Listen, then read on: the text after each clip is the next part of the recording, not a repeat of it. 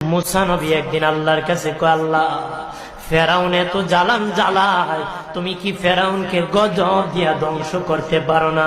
আমার আল্লাহ কয়, মুসা আমি ফেরাউনকে 4টা কারণে গজব দেই না। কয় কারণে? ফেরাউনকে 4টা কারণে গজব দেই না। 1 নম্বর কারণ হলো, রে মুসা, সারাদিন ফেরাউন বলে আমি খোদা, আর রাত যখন হয়ে যায় জঙ্গলে যায় করলাম আমি জানি তুমি খোদা, আমি খোদা না, কিন্তু আমারে মানুষ খোদা কইলে ভালো লাগে, খোদা কইলে ভালো লাগে।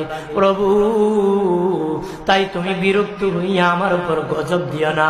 আল্লাহ বলে, মুসা রে, ওই ফেরাউনে রাত্রির দুয়ার কারণে আমি আল্লাহ তার উপর গজব দেই না। 2 নম্বর কারণ হলো, আরে মুসা, তোমার মুখে দাড়ি, ফেরাউনের মুখে দাড়ি, তোমার পরনে জুব্বা।